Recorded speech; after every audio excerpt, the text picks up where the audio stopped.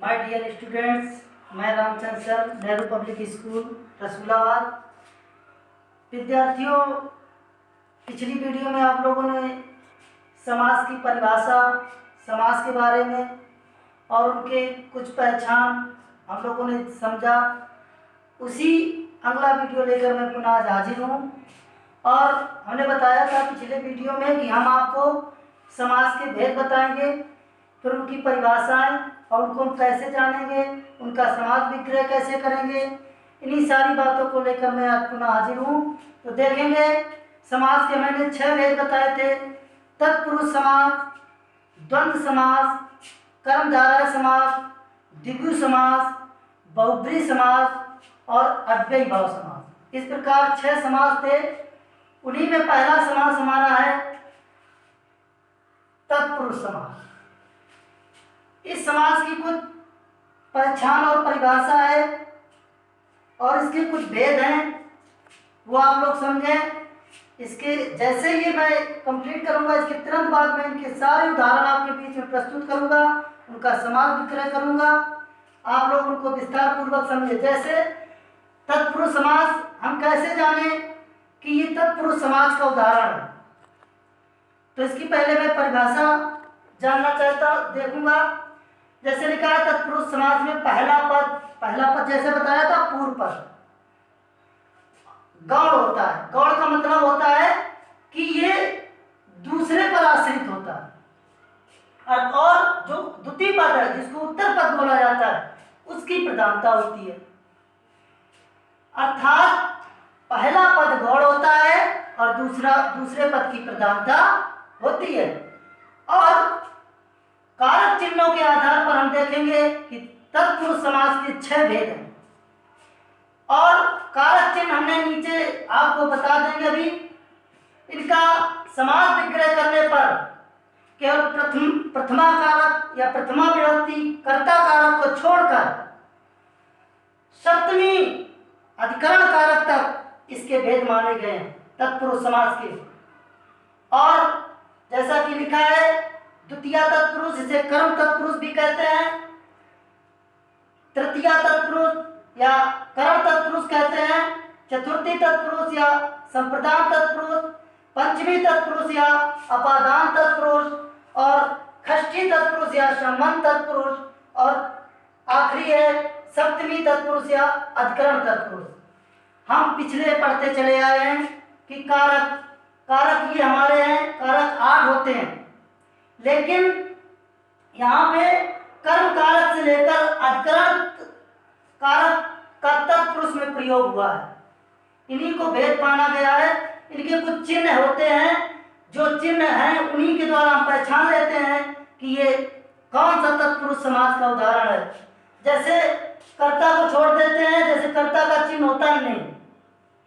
और कर्म या द्वितीय विभक्ति इसका चिन्ह होता है को। और तृतीय विभक्ति या करण कारक इसका चिन्ह होता है से जुड़ने के लिए।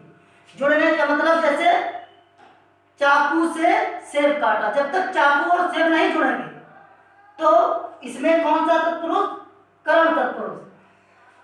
और इसी प्रकार संप्रदान तत्पुरुष, इसके हम चतुर्थी विभक्ति के अनुसार कहते हैं, इसका चिन्ह होता को के लिए। जैसे श्याम को भोजन दो, हवन की सामग्री, हवन के लिए सामग्री। ऐसे एग्जाम्पल हम बाद में पढ़ेंगे। और अपादान, देखिए अपादान कारक और करण कारक इनके चिन्ह तो सेम है, लेकिन अंतर क्या है? करण कारक में से चिन्ह आएगा जुड़ने के लिए, और जबकि अपादान में चिन्ह से तो आएगा लेकिन कोई वस्तु अलग हो रही होगी। जैसे पत्ता पेड़ से गिरा, अर्थात पत्ता जो है पेड़ से अलग हो रहा है। और संबंध तत्पुरुष या षष्ठी विभक्ति, इसका चिन्ह होता है का, की, के, रा, री, रे, ना, नी, ने। इस प्रकार के संबंध तत्पुरुष के चिन्ह होते हैं। और अधिकरण कारक, जिसको हम सप्तमी विभक्ति भी कहते हैं, इसका चिन्ह होता में, पय, पर। तो ये आप लोग इनके तत्पुरुष समास के कुछ टाइप्स देखे, प्रकार देखे और कारक चिन्हों को हम लोगों ने पढ़ा, समझा। अब हम इसके उदाहरण देखेंगे। चलिए बच्चों, जैसा कि भी हम लोग तत्पुरुष समास के बारे में पढ़ रहे थे, परिभाषा हम लोग समझ गए कि पहला पद गौड़ होता है, दूसरे पद की प्रधानता होती है और उसी के 6 भेद हमने बताए थे, द्वितीय विभक्ति से लेकर सप्तमी विभक्ति तक। और हम लोग केवल एक परिभाषा समझेंगे, बाकी सभी की परिभाषा आप लोग थोड़ा परिवर्तन होगा। कहाँ पे?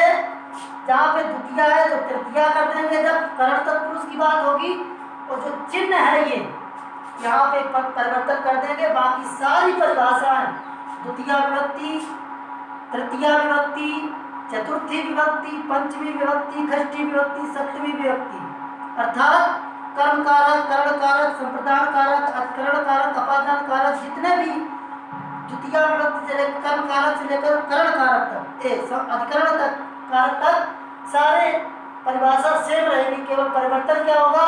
मान लीजिए आप करण कारक लिख रहे हैं तो तृतीय विभक्ति डाल देंगे और इसका चिन्ह क्या होता है? से या द्वारा, उसको बस यही। अब देखेंगे उनके उदाहरण। देखिए, हमने बताया था कि हर समास में 2 पद होते हैं शब्द में। जैसे सामासिक शब्द दिए गए हैं गगनचुंबी, इसका समास विग्रह करेंगे तो बनेगा गगन को चूमने वाला। उसी को तो गगनचुंबी बोला जाता है, गगन को चूमने। अब हम पहचान करेंगे कि इसमें कौन सा तत्पुरुष है, तो हम लोग देख रहे हैं इसमें कौन निकल के आया है, तो कर्म तत्पुरुष है। कौन है? कर्म तत्पुरुष, द्वितीय तत्पुरुष। यहाँ हम लिख देंगे कर्म तत्पुरुष, और यहाँ लिख सकते हैं हम लोग द्वितीय तत्पुरुष। बात एक ही है, ये तत्पुरुष की मेन परिभाषा हमने उसी में बता दी, ये उसके टाइप्स हैं। अब देखेंगे चिड़ी मार, क्या लिखा है? चिड़ी मार, तो इसका क्या बनेगा?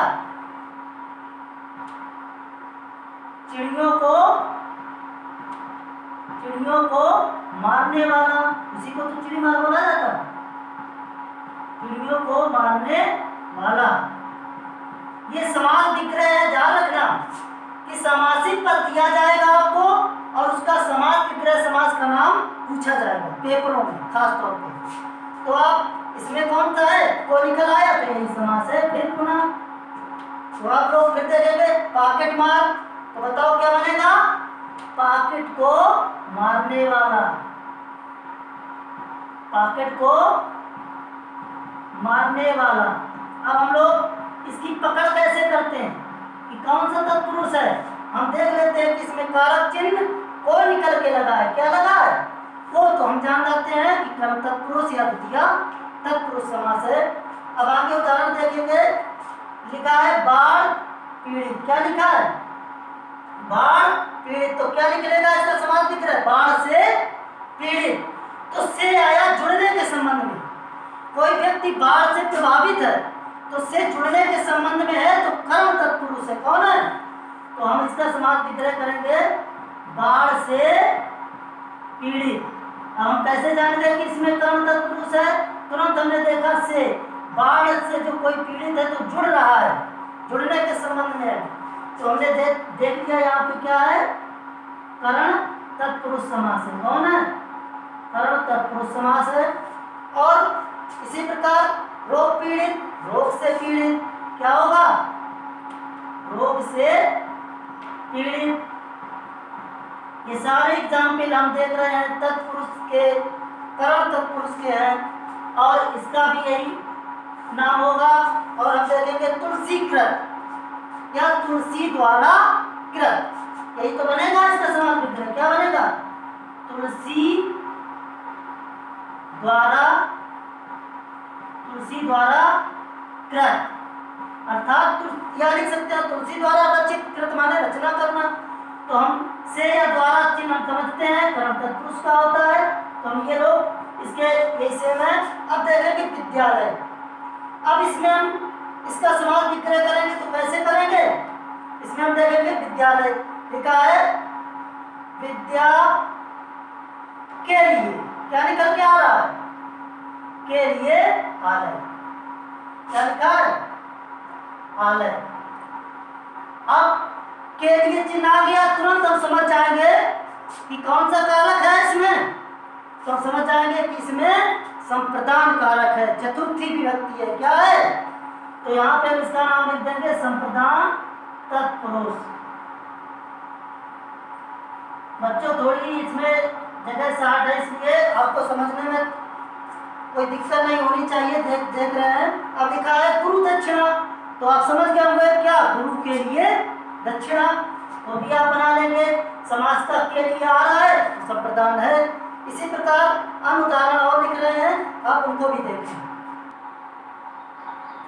हाँ विद्यार्थियों, तो अब जो बचे हुए उदाहरण थे, बाकी हम संप्रदान चतुर्थी विभक्ति तक पहुंच चुके थे, उसी के आगे पहुंचते हैं अपादान कारक या अपादान तत्पुरुष, उसके बारे में उदाहरण दिए गए हैं, उनको आप लोग समझे। यहाँ पे देख रहे हैं समासिक पद में दिया गया है रोग मुक्त।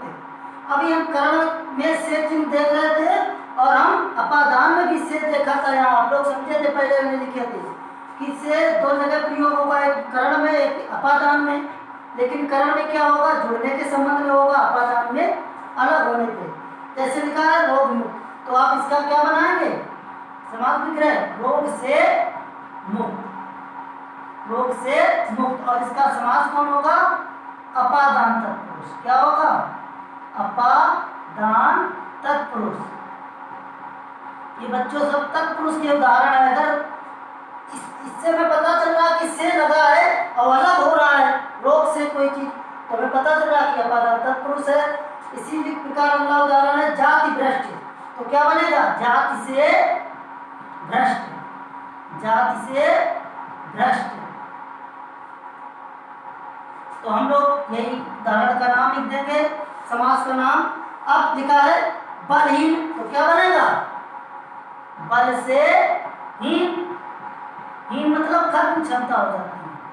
तो ये भी एक उदाहरण है अपादान तत्पुरुष का। और अब आते हैं, हमारा अगला तत्पुरुष समास है संबंध तत्पुरुष, जिसको खष्टी तत्पुरुष भी कहते हैं। जैसे लिखा है राष्ट्रपिता, तो क्या बनेगा, समास लिख रहा है राष्ट्र, राष्ट्र का पिता या राष्ट्र के पिता, क्या बनेगा, हमने बताया था इसके संबंध कारक के चिन्ह क्या होते हैं, का, की, के, ला, नी, ना, नी। उसी प्रकार देखिए के निकल के आ रहा।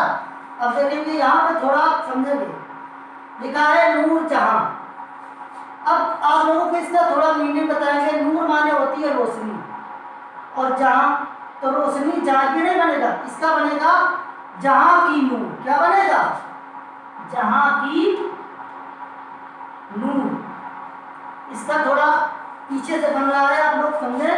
क्या लिखा है, ये राष्ट्र लिखा है, नूर जहां, जहां माने संसार की रोशनी। ये आप उदाहरण समझेंगे तो संबंध तत्पुरुष का है। अब आखिरी उदाहरण देखेंगे संप्रदा अधिकरण, सॉरी अधिकरण तत्पुरुष का, अधिकरण तत्पुरुष का देखेंगे। अब हम इनके नाम भी समझ लें कौन सा समास है। अभी हम यहाँ तक तो समझ गए, बल से इन तक यहाँ तक।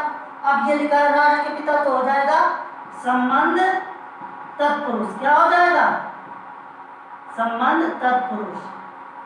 और ये जो की निकला है भी चिन्ह है संबंध का, तो ये भी हो जाएगा ये। अब ये देखेंगे कवि श्रेष्ठ। अब यहाँ पे तुलनात्मक बात हो रही है, देखेंगे कवि श्रेष्ठ, इसका समास विग्रह बनेगा क्या, कवियों में, कवियों में श्रेष्ठ, कवियों में श्रेष्ठ। अब में चिन्ह आया है तो अधिकरण तत्पुरुष है, बिल्कुल सरल बात है, तो इसको भी लिख देंगे अधिकरण तत्पुरुष। और इसी प्रकार हम देखेंगे आखिरी एग्जाम्पल जलमग्न, तो आप लोग देखेंगे क्या हो जाएगा, जल में मग्न, मग्न माने डूबा हुआ, जल में मग्न। तो अगर पूछा जाए इसमें कौन सा समास है, तो कहेंगे क्या, अधिकरण तत्पुरुष समास है या सप्तमी तत्पुरुष समास है। तो बच्चों ये आज हम लोगों ने तत्पुरुष समास के सारे भाग और तत्पुरुष समास की परिभाषा, उसके उदाहरण क्रमबद्ध तरीके से समझे। आज की हमारी क्लास यहीं पर समाप्त होती है, लेकिन मैं आपको तत्पुरुष समाज से संबंधित कुछ उदाहरण देंगे जो आपके होमवर्क के रूम में होंगे। आप अपनी कॉपी में नोटबुक में नोट करके अच्छी राइटिंग में हमें हमारे सरों को मोबाइल नंबर के माध्यम से आप प्रेषित करेंगे। धन्यवाद।